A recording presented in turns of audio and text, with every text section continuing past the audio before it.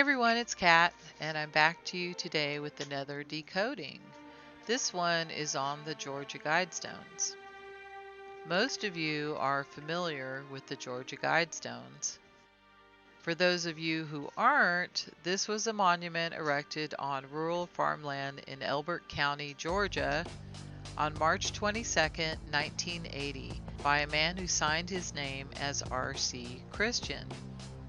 The Guidestones were in the news recently because they were blown up.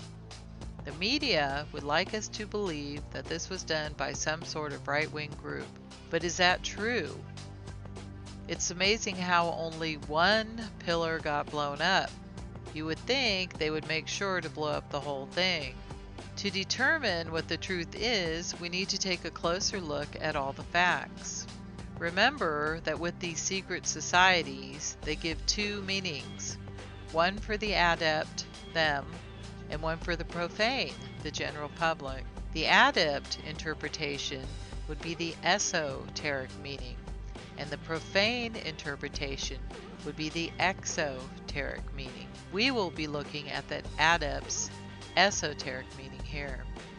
Everything they do is for a purpose. They picked this exact spot to erect this monument because it fits with their codings. The monument was built just north of the 33rd degree latitude line. Athens, Georgia is just to the southwest of the stones, and they are at 33 degrees. Athens, in the Orinda book, was where Athena Minerva set up a just government. How far we've fallen since.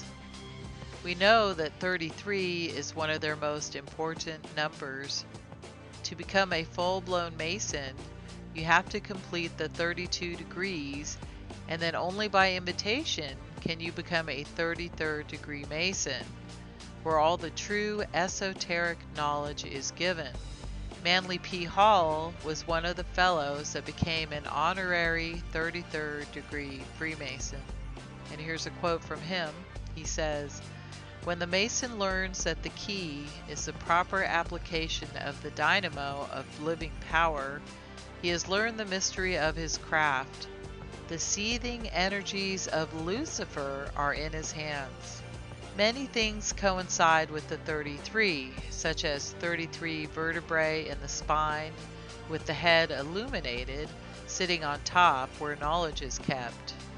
Also the 33rd degree melting point of water, where if you go below, everything is frozen. Once you hit 33, everything melts, everything is revealed. Their illuminated Christ at 33 years of age. When you reach the 33rd degree, you become a Master Mason, an MM, like Judge Luther A. Smith here, who served as the Sovereign Grand Commander of the Scottish Rite in the Southern jurisdiction from 1955 until 1969. MM, if you turn them one turn to the right, makes 33 visually. Put those two triangles together, turning one upside down, and you get their Star of David. See right here on his lapel? And their Star of David, Remphan, is made up of two triangles with 3 sides each. So you get your 33 there. And you can see 2 of them over the door above the Masonic initiate here. We found out that the pillar that was blown up happened at exactly 4:03 and 33 seconds. So you can see in this picture, 4:03 and 32 seconds, nothing. 4:03 and 33 seconds, just 1 second later, and it blows up. And if we look at who reported on this event, we find more clues. The spokesman for the group behind the monument is named Christopher Kuvas. If we look up the etymology and meaning behind the name Kuvas, we find out it's Hungarian. From the Orinda book, we learned that the Magi split into 2 groups. One went to Finland, Findaland, and one went to Hungary. Also, the meaning of Kuvas is bodyguard or doorkeeper. So Christopher, or Christian, is the gatekeeper telling us what's going on with the Guidestones. How ironic. Christ, gatekeeper, is what his name is. we see that the monument was erected in Georgia. Why Georgia? If we look up the etymology of Georgia, we find that it is the feminine name for farmer. The Fryans were the original farmers, but we know that they take what is ours and use it for their nefarious purposes. So we know that a few hundred years ago, the most famous banking family, the Rothschilds, weren't always called that. Their original name was Bauer, which means farmer in German. Like the monuments being put in Georgia to mark their Rothschild connection, we see this girl in the red dress used symbolically for the Rothschilds as well. When she comes up in movies, it shows the Rothschild connection to those movies, like in their propaganda movie Schindler's List, which was actually a work of fiction that they made appear as fact. And the Matrix series are good examples of this. We also see the hidden hand being displayed front and center. They are the hidden hand controlling the world. Philippine de Rothschild also loves to wear her Baphomet pendant. We also need to note here that one of their most famous and despicable Masonic members was the Russian leader Joseph Stalin, who hails from Georgia in Eastern Europe. So another Georgia connection. Here he is with Prime Minister Winston Churchill and President Franklin D. Roosevelt. All three were Masons. And if we look at the county the Guidestones were built in, Elbert, we find that it was originally an ancient Anglo-Saxon name which meant noble or bright. We know that a synonym for bright would be illuminated. So elbert is another way to say illuminated in their coding. Of course, elbert is a good Fryan name, but like we said, they take what is good of ours and use it for bad. So we have Georgia, farmer, Rothschild, and we have elbert, illuminated. So elbert, Georgia is illuminated farmer. Now if we look at the name for the stones, Georgia Guidestones, we see something else. We know they like to code in alliteration, like Master Mason, and they are doing this here as well. The G is the 7th letter in the alphabet, and 2 G's would be 77. 77 is code for Aleister Crowley's Do As Thou Will philosophy. And if you notice here on the front of this book of his, it says 777 and other Kabbalistic writings, the Kabbalah, the Kabbalah. And if we look on the Google map, we see that just to the left of the Guidestones is Highway 77. This is for their 777, Cabal. We see something else too. They are called Guide Stones. They like to use the word stone as a last name, such as Albert Einstein, one stone, Oliver Stone, Gloria Steinem, stone them, Whitney Houston, Hugh Stone, are just some examples. We have King Arthur's sword and the stone. The sword would represent the Fryans.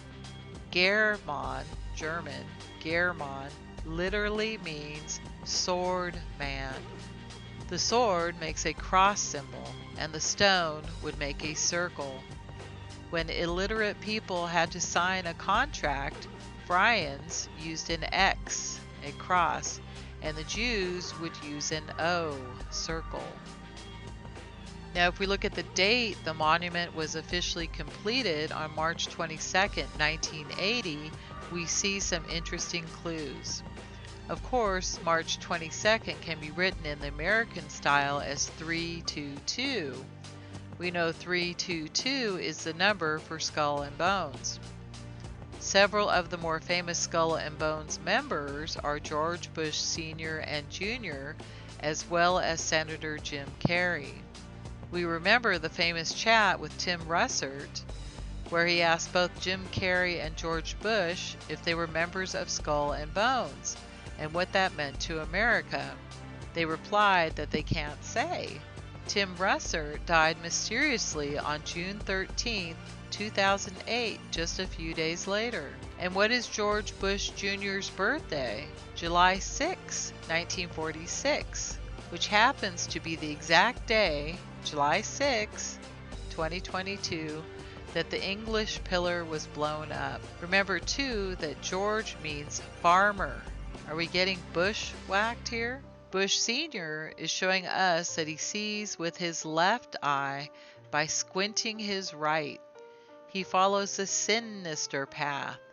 Notice, too, he is only showing us one hand. The other is hidden, doing the hidden hand. Also, in the date, March 22nd, 1980, we have the 22. 22 is the Fool card in the tarot deck, the card of Lucifer, who is the Fool, completing the journey on Worlda's wheel and then doing it all over again. So another way to pay homage to their beliefs. Notice the O at the top. 0, yes, but can also be representative of the O, the circle. Like I mentioned earlier, the Jews signed with an O. O, of course, is also short for Omega, from Alpha to Omega, the end, the symbol for the moon. He's dressed as a he/she here, a Baphomet, and holding a white rose. He's standing on a cut tree, and we see the ice rim behind him. The dog symbolizes God backwards, since they believe in the inverse of God, morals and dogma, ma'am, right? And dogma backwards is am God. Now, the mysterious man who had the stones erected signed his name R.C. Christian, and we can see that phonetically that sounds very similar to Rosicrucian. Who were the Rosicrucians? A super secret sect above the Masons that, like the 33rd degree, you can only become a member of if you were invited. Here we have a Rosicrucian Masonic apron. We do see Christian in the name, although many public opposition groups say the pillars are satanic. It seems like that would be like speaking out of both sides of your mouth. How can a Christian make a satanic monument? Notice Rosicrucian is tied to the Kabbalah, and the Kabbalah is tied to Judaism, one of the 3 Abrahamic religions. And remember the noose around the initiate's neck? That is a cable or cabal showing their connection to the Kabbalah. The same cable is around the necks of the man and the woman on the tarot devil card. This loose cable represents free will. These people freely choose the left-hand path. R.C. Christian, R, is the 18th letter in the alphabet, and if we take it to its root, we get 1 + 8 = 9. C is the 3rd letter, so together we get 93. 93 stands for Aleister Crowley's Thelema, so R.C. Christian would be a Thelema Christian. Thelema's main philosophy is, do as thou will is the whole of the law, putting man above God. And you could even see here their symbol. This is a Star of David, right? They just squish it. Then it says, sponsors a small group of Americans who seek the age of reason. Now I find it quite ironic that I just made a presentation on this book by one of the founding fathers, Thomas Paine. The Age of Reason is all about how Christianity is a false religion. He goes through the Bible and uses it against itself to prove his point, and that man, through reason, can figure out what the true religion of God is through his word, which is nature. If we look to see what the tenets are for their Age of Reason, they do coincide with a deistic belief in God. Let's go through them. 1. Maintain humanity under 500 million in perpetual balance with nature. Now, as I've said, they take the good, what should be, and invert it, use it for bad. It would be good to maintain humanity under 500 million people in perpetual balance with nature, but we know they have a depopulation agenda going on right now. Through their shots, many people are getting extremely ill. Many now have ongoing medical conditions, and many have died. There is no relief in sight because we see they are going to persist with this program until their goal is met. Now, if we followed God's natural law, then we would have left each race to fend for themselves. If Fryans didn't give food, clean water, sanitation systems, healthcare to other countries, then those countries would naturally stay small in population. But with our kindness, these populations exploded and came to Fryan lands. Now we are in such small numbers we can be totally overrun and wiped out. So the tenet is how it should be if we followed natural law, and would be a tenet of deism. 2. Guide reproduction wisely, improving fitness and diversity. If we followed natural law, then we would be reproducing in family units. We wouldn't be having promiscuous sex outside of marriage. We would also follow God's law of kind after kind. When mixing races, we suffer genetic defects. Improving fitness is exactly what Hitler did with his people. He made this a priority, including a healthy diet. Look at Americans today. The opposite is true. The majority are neither fit nor healthy. And where diversity is concerned, diversity is what we have when we don't mix races, when we don't mix species. There are hundreds, if not thousands, of different types of birds. When we mix animals or humans, we produce less diversity. The New World Order is all about making us one mutt race. No more whites, blacks, browns, just one race with the same hair, same eyes, same everything.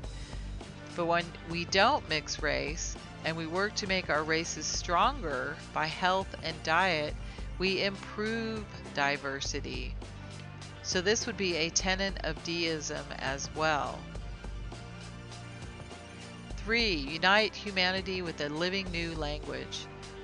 Now, if we looked at the Oerlinda book, we see that the three races did start with a universal language. It was Waralda's language, and in which you couldn't lie without being caught.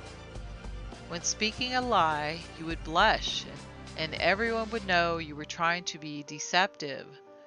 So evil people devised languages of their own so they could hide their true intentions. This is different from the Tower of Babel, where their Bible says that God divided the languages. This is not true. Evil men divided the languages. So going back to Waralda's language would be a tenet of deism. 4. Rule passion, faith, tradition, and all things with tempered reason. In the Oerlinda book, we learned that our first mother, Fryan, was born from tempered heat, while Lyda was glowing and Finda was hot. Tempered heat, staying calm and collected and figuring out issues without rashness, is the way of the deist. From the Oerlinda book we read, after the 12th Yule festival, she, Earth, gave birth to 3 maidens. Lyda, out of glowing, came first. Finda, out of hot, came second. And Fryan, out of warm dust, came last. When the last came, Waralda breathed his spirit upon her, Fryan, in order that men should be bound to him. Fasta. 5. Protect people and nations with fair laws and just courts. This tenet is what we had all the way back to the Oerlinda book. It is only now, with our courts corrupted by Masons and their minions, that we don't get justice and fair laws. In addition, our courts are swamped by cases that never would be there if each race lived in the lands provided by them from God. We are meant to live in our particular zoological zones. If this was the case, our courts could run very efficiently. Common law is what we used to have because it looks at resolution case by case and doesn't make one law for all that doesn't fit and is unjust in many circumstances. 6. Let all nations rule internally, resolving external disputes in a world court. In the Orlinda book, we learn that the 12 tribes of Fryan live separately but united under a federation. This Fryan federation had a head burg matron that all the tribes could come to settle disputes. A world court would be a Woralda court. World is the creation of Woralda. Unfortunately, the world court that the Luciferian Masonic Jewish world order has in mind doesn't have the people's best interests at heart. So this was a deistic ideal originally and could be again if we remove the evil from power. Athena with Fryan's sword and the scales of justice. Woralda, world. 7. Avoid petty laws and useless officials. People elected to office should be the most upstanding citizens of our nations, yet they are the least upstanding.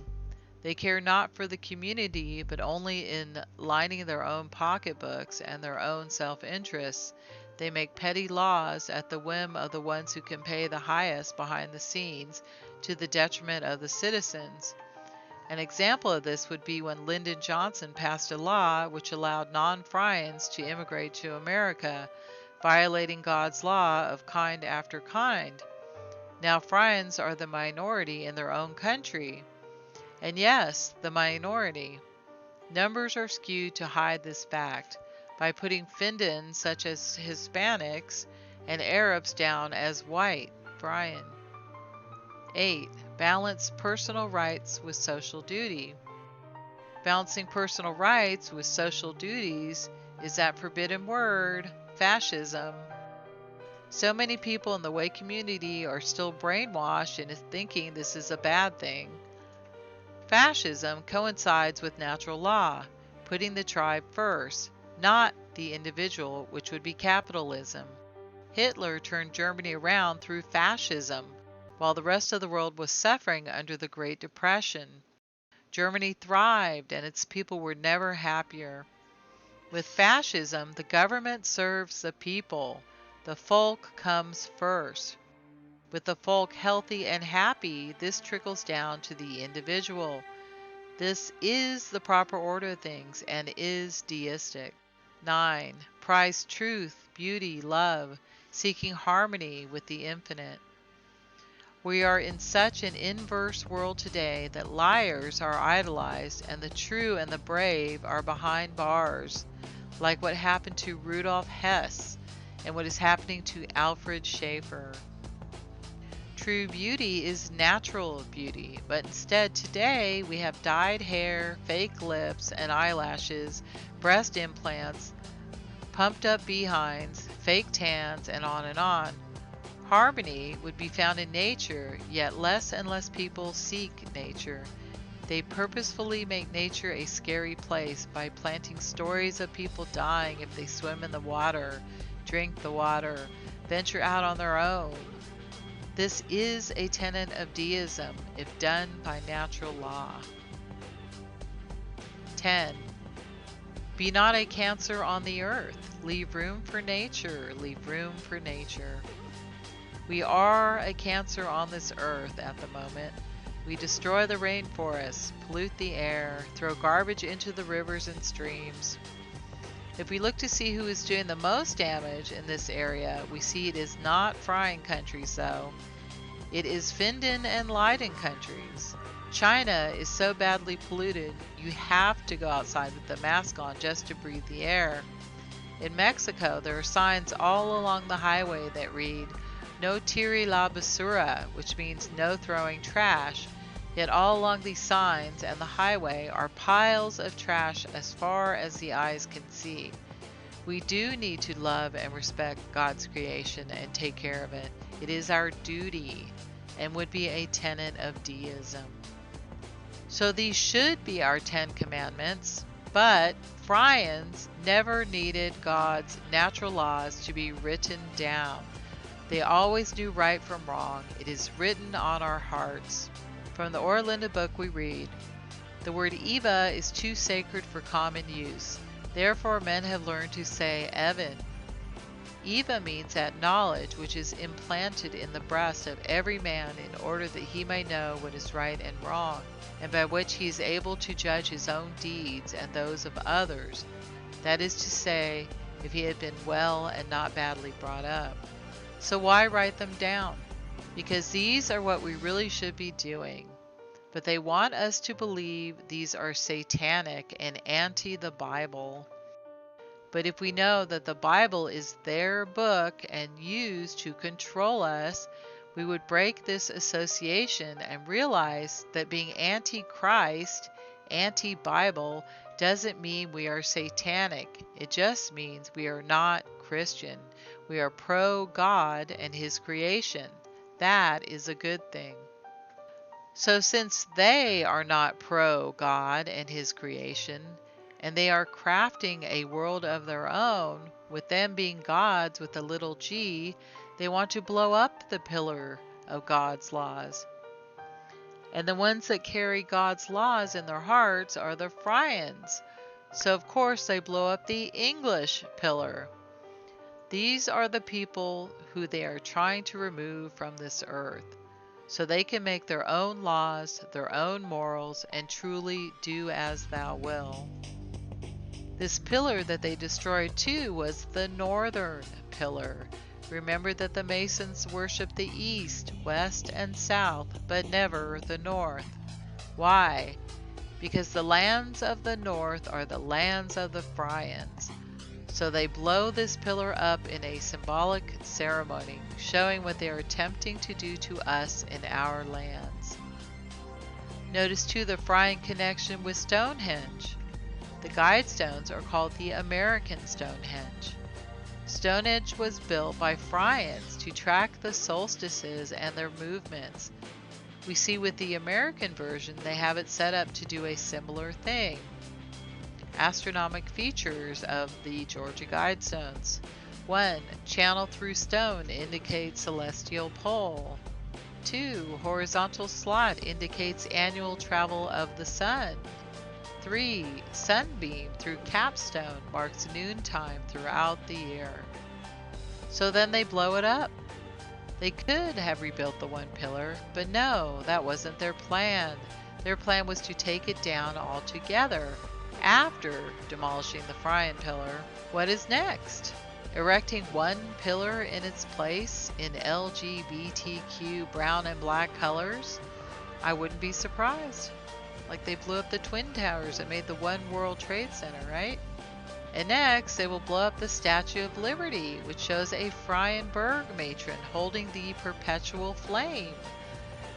That flame went out a long time ago, but is still remembered through the Olympic torch lighting ceremony and that statue overlooking the harbor in New York City. So we can see that it wasn't a right-wing group that blew up the pillar, but actually them, the builders of the monument, for their ritualistic purposes against us. And who are they? It should be clear from the evidence uncovered in this presentation. So take heed. Rencha said it the best so many years ago. In the Orlinda book, Rencha's Dream, Waralda, she said, had told her by his thunder that all Frya's people must become friends, united as brothers and sisters. Otherwise, Finda's people would come and sweep them off the face of the earth. After the thunder, Frya's 7 watchmaidens appeared to her in a dream, 7 nights in succession. They had said disaster hovers over Frya's land, with yoke and chains. Therefore all the people who have sprung from Frya's blood must do away with their surnames, and only call themselves Frya's children, or Frya's people. They must all rise up and drive Finda's people out of Frya's inheritance. If they do not do that, they will have slave chains around their necks, and the foreign chiefs will ill-treat their children and flog them until the blood streams into their graves.